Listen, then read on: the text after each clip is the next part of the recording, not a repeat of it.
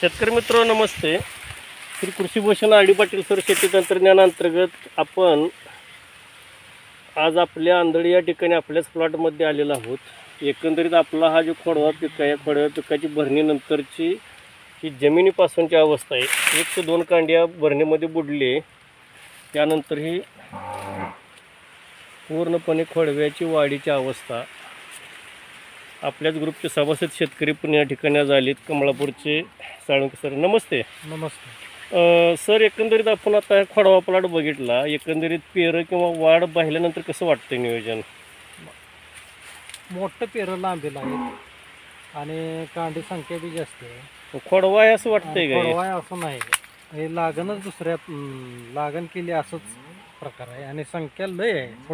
फुटव्यांची संख्या पण जास्त आहे. एकंदरीत जर आपण 6 फुटावर जर एक ओळ केली आणि जर योग्य नियोजन केलं ना, आपल्या तंत्रज्ञानाचा पुरेपूर जर वापर झाला तर निश्चित आपल्या रेग्युलर खर्चाचे शेतकरी 80 ते 100 टन ऊस आराममध्ये जाऊ शकतो. आरामशीर आता आपली सुद्धा शेती आपण जवळजवळ संपूर्ण आर डी तंत्रज्ञान वापरतो. त्याचा रिझल्ट एकदम म्हणावा फर्स्ट क्लासच झालेत आहे ना.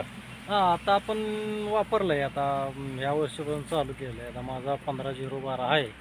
तर ह्याच्यासारखं थोडं म्हणजे आता लेट लावल्यामुळे थोडं उशीर आहे, पण रिझल्ट असा कधी आला नाही असा रिझल्ट आहे आपला. ते पण बियाणं आपले मला वाटतं दिवाळीनंतर उपलब्ध होईल बियाणासाठी शेतकऱ्यांना. हो, दिवाळीनंतर आपण त्याही प्लॉटचं शूटिंग घेऊच.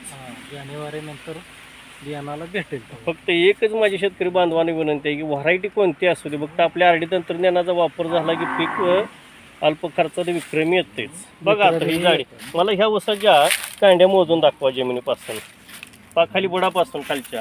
1 2 3 4 5 6 7 8 9 10 11 12 13 14 15 16 17 18 आणि 19 कांड्या. म्हणजे सर्वसाधारणपणे आपला हा ऊस 19 जानेवारीला तुटला होता.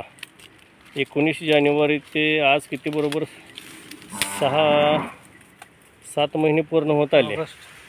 ऑगस्ट अजून 19 आलेलेच ना. 6-6.25 महिने झाले. वाढ एकंदरीत बरी वाटते है ना. वाढ चांगली झाली. पेरांची लांबी वगैरे पण मस्त आहे. मस्त. ओके.